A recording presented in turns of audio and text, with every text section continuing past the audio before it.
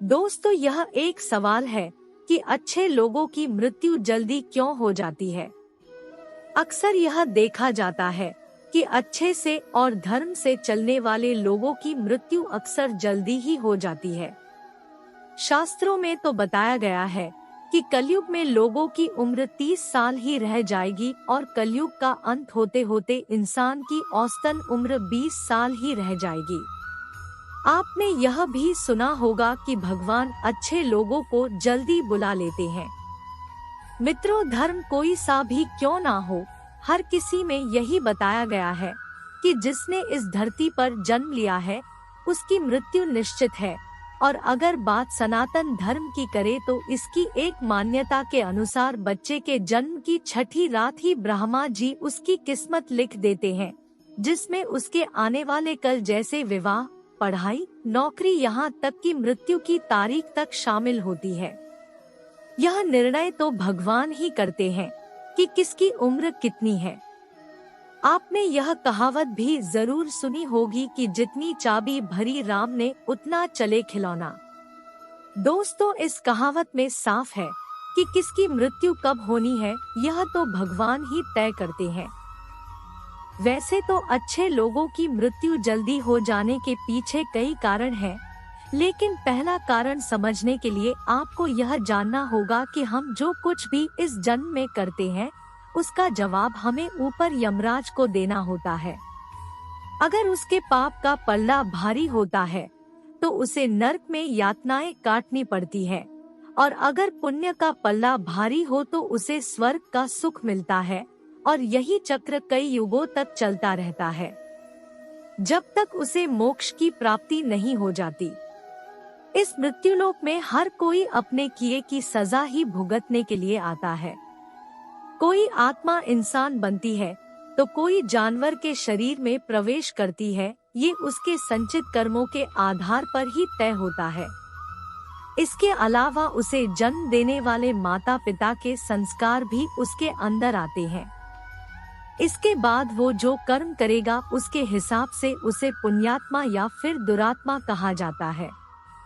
अब यही पुण्य आपकी मृत्यु की तारीख को भी बदल देते हैं।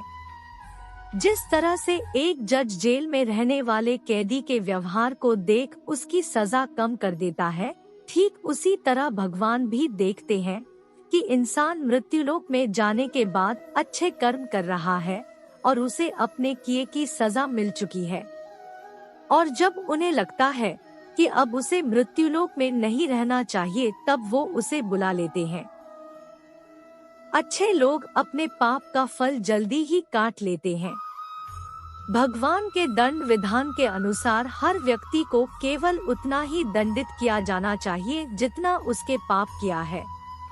अब क्योंकि अच्छे लोगों के पाप कर्म बुरे लोगों के पाप कर्मों की तुलना में अधिक होते हैं, इसलिए अच्छे लोग अपने पापों का फल जल्दी ही भुगत लेते हैं। हिंदू धर्म में मान्यता है कि भगवान हर अच्छे आदमी को किसी न किसी उद्देश्य के साथ ही इसे मृत्युलोक में भेजते हैं, और भगवान का अपना अवतार उन्हीं उद्देश्यों में शामिल है। इसीलिए जब वो उद्देश्य जल्दी पूरे हो जाते हैं तब भगवान उन्हें वापस बुला लेते हैं। अर्थात अच्छे लोगों की मृत्यु उनके अच्छे कर्मों पर ही निर्भर करती है। इसके अलावा आपको ये भी बता दूं कि जो लोग ये कहते हैं कि मरने के बाद इंसान खाली हाथ जाता है, उन्हें यह जान लेना चाहिए कि 3 चीजें ऐसी हैं जो मरने के बाद भी उसके साथ जाती है। एक है संचित कर्म, दूसरा है स्मृति और तीसरी है जागृति। इसीलिए आप अब किसी से ये मत कहना कि आप खाली हाथ आए थे और खाली हाथ जाएंगे। क्या आपने कभी एकांत में यह सोचा है कि आपको यह मानव जीवन क्यों मिला है? तो दोस्तों, महाभारत में युधिष्ठिर महाराज के एक प्रश्न के उत्तर में भीष्म पितामह ने कहा था कि मनुष्य से बढ़कर कोई भी जीव नहीं है। आपको यह जानकर आश्चर्य होगा कि 84 लाख योनियों के बाद हमें मनुष्य जीवन मिलता है और संसार के सभी प्राणियों में मनुष्य ही सबसे श्रेष्ठ है। इसकी वजह है मनुष्य में सत्य एवं असत्य का विवेक कराने वाली हमारी बुद्धि का होना। लेकिन इस धरती पर हम दुनियादारी के चक्र में कुछ इस तरह फंस जाते हैं कि हमारी बुद्धि सीमित दायरे में ही सिमट कर रह जाती है। हम सांसारिक सुखों को ही सब कुछ मानकर उसमें लिप्त रहने में ही अपना सौभाग्य और अपने जीवन की सफलता समझते हैं। यही गलती हम कर जाते हैं, क्योंकि इसके बावजूद कोई भी व्यक्ति यह दावा नहीं करता कि वह पूरी तरह से सुखी है। सच्चाई यह है कि हमें सामान्य मानव जीवन के उद्देश्य की पूर्ति के लिए निरंतर प्रयास करते रहना चाहिए। यह सच है कि अपने और अपने परिवार का भरण पोषण की जिम्मेदारी हमारी है और हमें इसे हर हाल में निभाना चाहिए। लेकिन क्या आपको यह मालूम है कि आप कहां से आए हैं और आपको कितने दिनों तक या कितने सालों तक इस जगत में रहना है और आपकी मंजिल क्या है? तो इन प्रश्नों के उत्तर में ज्यादातर लोग यही कहते हैं कि पता नहीं, ऐसे लोग बड़े ही अजीब होते हैं। वो यात्रा तो कर रहे होते हैं, पर यात्रा के संबंध में उन्हें कुछ जानकारी नहीं होती। इसी तरह दोस्तों, श्रीमद् भगवद गीता में भी भगवान श्री कृष्ण कहते हैं कि ये एक आध्यात्मिक और ईश्वरीय जीवन का पद है जिसे प्राप्त करके मनुष्य मोहित नहीं होता। अगर कोई जीवन के अंतिम समय में भी इस तरह की स्थिति में हो तो वह भगवत धाम में प्रवेश कर जाता है। मनुष्य कृष्ण भावनामृत या दिव्य जीवन को एक क्षण में तुरंत प्राप्त कर सकता है और हो सकता है कि उसे लाखों जन्मों के बाद भी यह प्राप्त न हो। दोस्तों, यह तो सत्य को समझने और स्वीकार करने की बात है।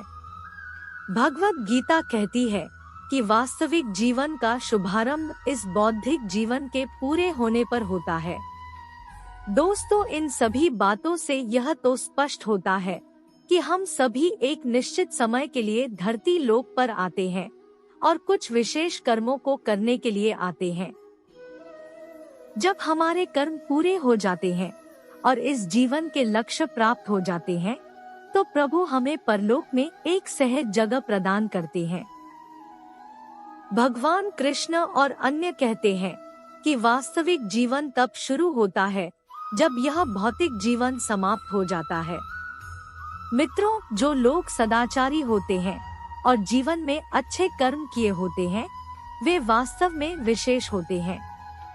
जब उनकी मृत्यु का समय निर्धारित हो तो दोस्तों, उनको इस दुनिया को छोड़कर आगे की यात्रा जारी रखनी होती है। ऐसा सोचना कि भगवान तुम्हारे कर्मों को नजरअंदाज कर रहे हैं, ये बिल्कुल भी सत्य नहीं है। भगवान हमें कब क्या किस रूप में दे रहा है, मनुष्य को समझ में नहीं आता है। मगर आप अच्छे कर्म करते रहें तो भगवान की कृपा हमेशा बनी रहती है।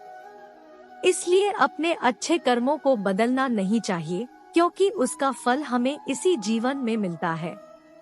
इसलिए मनुष्य का फर्ज है कि वो हमेशा अच्छे कर्म करते रहें, क्योंकि श्री कृष्ण ने गीता में भी बताया है कि किसी के द्वारा किया गया कर्म बेकार नहीं जाता है, चाहे वो अच्छा हो या बुरा।